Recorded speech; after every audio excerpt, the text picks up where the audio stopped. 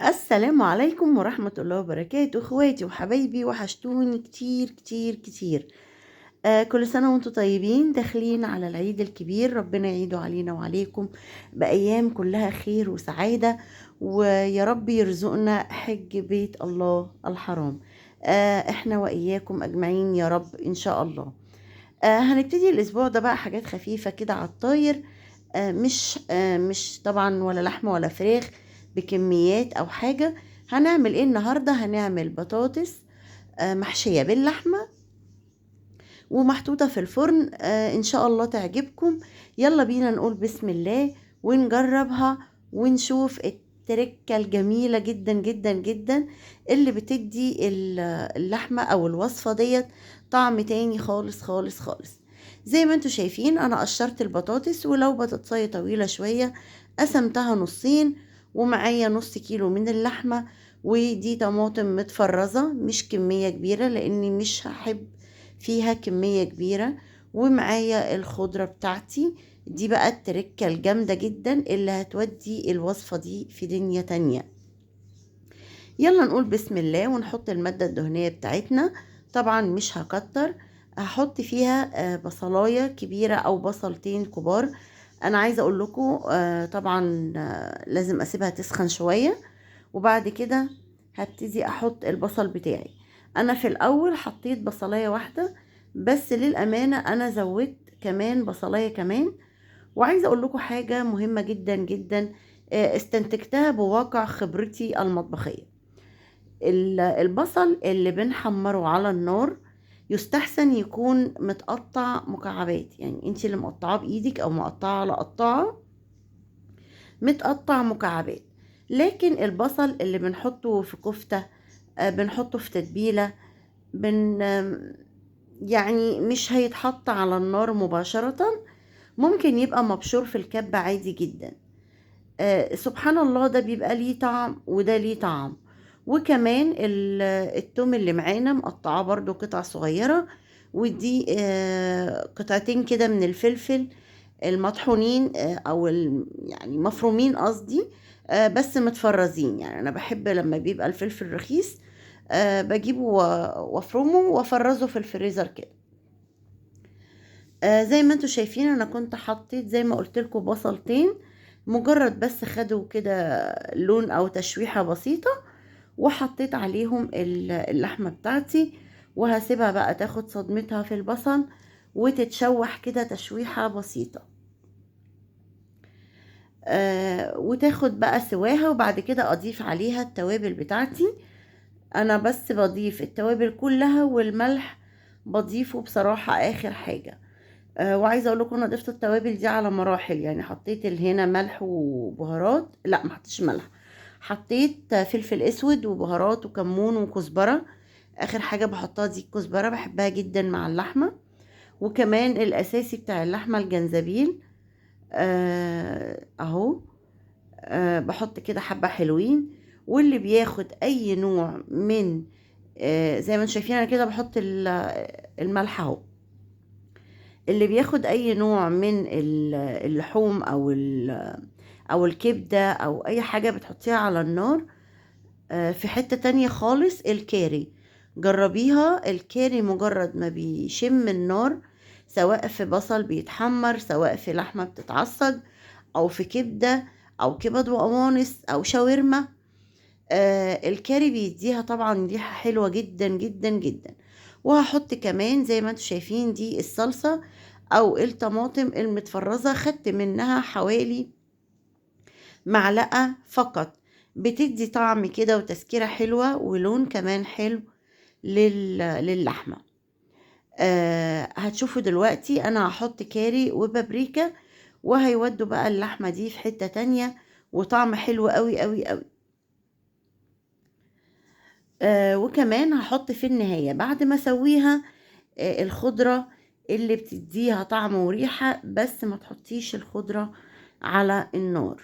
يعني انا خلاص اللحمة بتستوي معايا وبتكمل سواها خالص، وبطفي عليها وببتدي بعد كده احط الخضرة.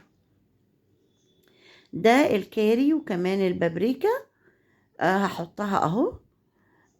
بس كده، وبتخلي بقى ريحة طالعة كده تقلب العمارة. خلاص كده انا طفيت على اللحمة بتاعتي. هبتدي اضيف الخضرة المتقطعة. يستحسن تكون بقدونس وشبت او الخضرة المتوفرة عندك يعني. هديها بس تقليبة كده.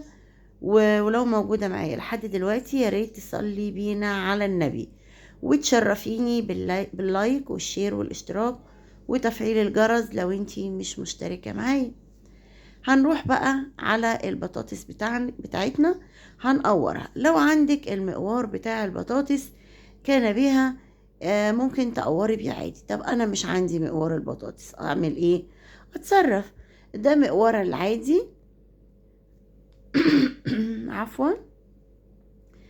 انا هقور بيه البطاطس ايه، اهديها كده، بس اسيب فيها طبقة كده مش سميكة قوي ومش رفيعة، علشان يبقى ليها طعم حلو في البطاطس. زي ما انتوا شايفين انا عملتها. ويستحسن تبقى البطاطس كلها مقاس واحد. يعني لو حابة تجيبيها كلها بطاطس صغيرة وتعمليها، او هي لو بطاطس كبيرة زي كده ممكن تقسميها، او ممكن تعمليها زي ما هي لو مش كبيرة قوي. انا عايزة اقول لكم ان انا بعد ما عملتها كبيرة قلت يا ريتني كنت قسمتها نصين، بس عادي. هي يعني ما فرقتش كتير في الصينية، لان الصينية بتاعتي مش عالية قوي، فما كانتش عالية يعني زيادة عن البطاطس التانية. زي ما انتوا شايفين انا بقورها كويس. وحاولي بقى تاخدي بالك انها ما تتخرمش منك. هعمل معاكم اخر واحدة صغيرة، واروح بقى اعملها واخلصها مع نفسي كده. جهزتوا للعيد ولا لسه؟ ربنا يقوينا ويقويكم. وبتهيألي ان الناس كلها ابتدت تنظيفات العيد بتاعتها يعني. كده خلاص انا خلصت البطاطس بتاعتي وغسلتها طبعا مطرح ما كنت بعملها. وكمان الحشوة بتاعتها انا غسلتها ما رميتهاش. هحط بس رشة من الزيت. طبعا انا بكتفي بالدهون اللي انا حطيتها في البصل واللي بتنزل من اللحمة. ولو ان والله فعلا اللحمة منزلش منها دهون كتير. وقطعت بصلاية شرايح كده من تحت. وكمان هاخد عيدان الخضرة اللي انا استعملتها في الوصفة بتاعتي. عايزة اقول لكم ان البصل اللي بتحطيه تحت البطاطس يستحسن يكون احمر، لكن البصل اللي بيتحمر على النار يستحسن يكون ابيض. سبحان الله، كل حاجة بتدي طعم كده و... وريحة غير التانية يعني. وكمان هحط جزء من الحشوة بتاعتي اللي هو اللي طلع من تقوير البطاطس. وهحط طبعا معلقتين 3 كده من اللحمة علشان ما تبقاش سادة كده من تحت. يبقى في لحمة موجودة في الصينية نفسها، ولحمة موجودة في البطاطس في الحشوة بتاعتها. عايزة اقول لكم والله يعني هو نص كيلو وفاض منه كمان، يعني فاض منه كمية حلوة. ملت علبة كده صغيرة شلتها لوصفة تانية. وبحشي بقى البطاطس بتاعتي كويس وبملاها. والله يعني مش مجرد انك مدياها كده شكل لحمة، لأ، مليانة وكويسة جدا جدا جدا. الأكلة دي موفرة جدا جدا، وبتنفع على فكرة في العزومات، وبتبقى حلوة قوي قوي. اسمك عاملة بطاطس باللحمة وموفرة معاكي، وطبعا مشرفة العزومة او الاكلة اللي بتعمليها. زي ما انتوا شايفين انا خلصت كده رص الصينية كلها. ربنا يوفي ديننا. الحمد لله قال يعني قفلت الصينية وما كانتش فاضية يعني. وكمان الطماطم اللي انا كنت مفرزاها فكيتها على النار وبس. مش هحط كمية كبيرة لان الوصفة دي مش بتحب الطماطم الكتير.